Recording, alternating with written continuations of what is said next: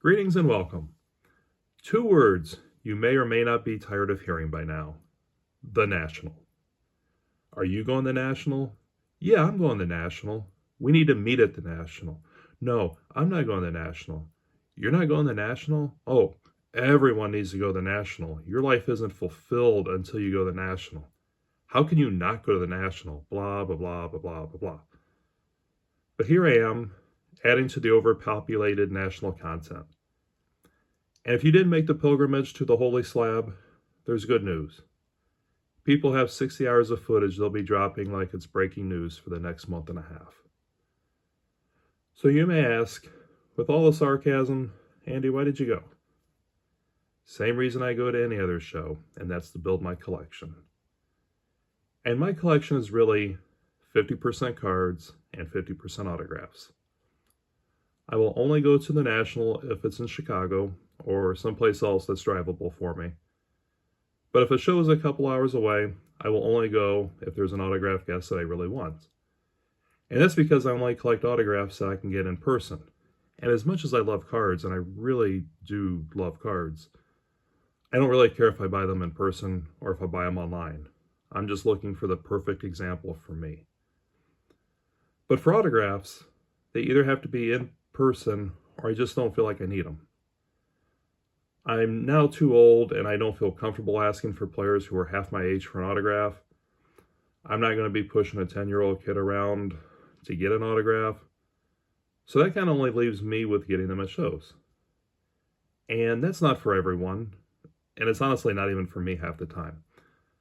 But as much as it can be boring, and I understand how some people say it's not worth it, and I do completely understand all the negatives about it, I can still look at every single autograph that I have in my collection, and I have a precise memory that goes with each one. And that's something I can't get by buying an on-card auto. And those are really cool, and I love looking at them, but they don't fit into how I like to collect. But looking at the autograph list, there was one individual that I determined that I had to get, and that was Patrick Ewing. And I love basketball, and my formative years watching basketball, I saw all those magical matchups with Ewing and Jordan, Ewing and Reggie Miller, Ewing and Hakeem Olajuwon in the NBA Finals. And I had this perfect newsstand Sports Illustrated for my dad's collection to get signed. And shout out to TJ Maxx Vintage Cards and Nostalgia for the newsstand magazine. But I think it turned out very well, and I'm very pleased with it. And this is the second time I've gotten him, but I got this Eddie Murray rookie card signed with the Hall of Fame inscription. And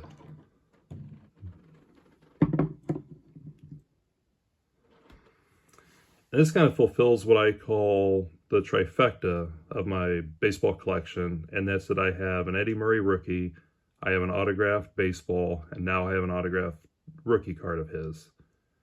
But I bought this card in March of 2021 at a show in my hometown. And it was the first show since COVID, and my neighbor at the time was a dealer, and I bought it off of him. And I bought it specifically for Eddie Murray to sign. And it's taken 4 years for me to be able to be in the same place as Murray to get this done. And sadly, my neighbor passed away last year, so I can't let him know that I finally got it signed. But both Ewing and Eddie Murray were great experiences.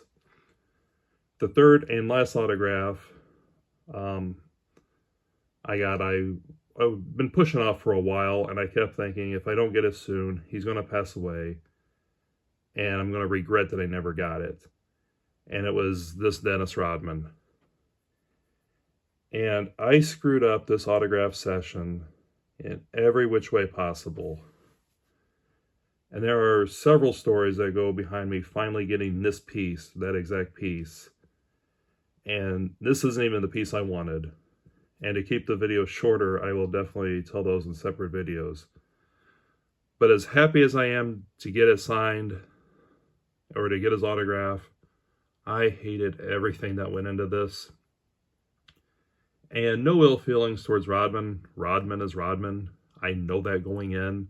But like I said, even though I hated everything about it, it's still a memory that I have. So even good or bad, I can look at my stuff and kind of still smile and remember the good and the bad.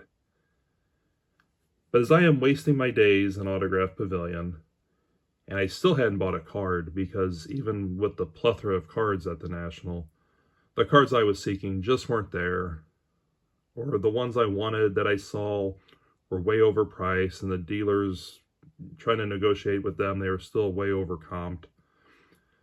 I really thought I'd just walk away from the show with all my money, which honestly would have been fine. I just would have put that money to other cards. But I reconnected with Picker Jim S. and Greg Tiger 727, and walking by, this card caught my eye. And it's Carl Erskine's rookie card. I've been looking for this card on and off for quite a while. Like, really wanting it, but not seriously pursuing it. But I got a fair deal, and I'm thrilled to have it. Erskine means a lot to me, and this is something that will eventually be passed on to my daughter if she wants it. And I can be very specific and selective on how I choose cards that will fit into my collection. And I won't buy just to buy. And this card did not fit into my collection until 5:15 p.m. on Saturday, August 2nd. And it's only because of Greg. He has a tremendous collection of Desert Storm cards and is trying to put together the set. And I've spent 3 years watching him build the set through his videos. And it's the Desert Shield of Ray Lankford. And Lankford's a Cardinal. I'm with Greg at the time, and it just suddenly spoke to me. What a great card to have in my collection. So when I look at it, I can remember my time with my friend. And it's kind of a piece of his collection in my collection, in a sense. It's a card that just had to be had in that moment, and it's perfect. And I only bought 3 cards. I still went home with the majority of my money I brought. I'd say probably 90% of the money I brought, I came home with. But the third one, I want to give a shout out to Timmy Two Hobbies for this, because 2 years ago at the National, we both wanted a card from this guy. And it's a 1935 Sporting Events and Stars of Bobby Jones. And Jones has always been one of my favorite golfers that I would learn about. And I've always wanted him represented in my collection. But as much as I wanted this card, it wasn't even on my radar. But I was walking the floor with Greg and Jim, and Greg spots a card and starts negotiating. And while he's doing that, Jim and I started looking closer at the showcase, and I spot he has 2 of these cards. One in a 6, one in a 4. I see the price on the 6, so I'm like, yeah, let's look at the 4. And there's a $125 difference between the 2, and the price was literally the only difference between how the cards look. The 6 and the 4 look the same. Jim's trying to find a difference. He really can't. We think the 6 may have just been slightly better centered, but not by much. Not $125 difference much. And right before the show ends, I buy the card. And we're still waiting on Greg, so Jim buys another card.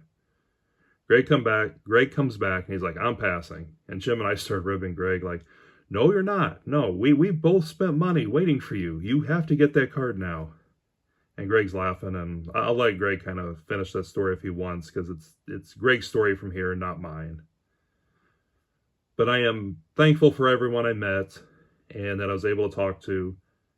But it's always a pleasure to spend any amount of time with Picker Jim S. He was the first person from YouTube that I met, like a couple years ago. He's always made me feel welcome, and I know he's done that for so many of us. I hadn't been able to connect with him yet, and he texted me, We texted back and forth. We hadn't been connected. We talked a little bit, but he texted me and he said, "Where are you? I'm coming to you. I want to make sure I don't miss you." And my phone had been acting up, and I wasn't getting texts right away in the convention center. So I don't know how long he had to wait for a response, but I told him I'm in Autograph Pavilion. And Jim knows my collection and knows how I collect, and he knows I'd be there for a while. And sure enough, I turn around and there he is. And this isn't a knock on anyone, but so many times you hear, "Hey, hope to meet you at trade night or the meetup." And they don't care about seeing you any other time. They just want to give like the 10-second, "Hey, it was a pleasure to meet you," comment. Jim's not that way. He makes it a point to meet you, and there's just not many people greater in the community than he is. And to Greg, Tiger727, it was fantastic to spend the day with you. We text so frequently for years, but we never met, and I'm glad the stars aligned for us to meet at the show. You're also not going to find a better guy than Greg. After the show, we had dinner, we had a couple beers, and it was the best way to close out the show. Greg added some of the coolest items, and I'm looking forward to him showing them.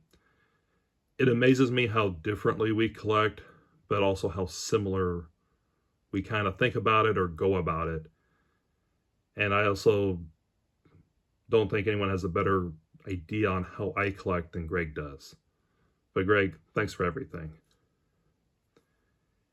And as great as it is when the stars can align, where I can meet Greg and I can see Jim again and spend time with them, unfortunately the stars don't always align that way.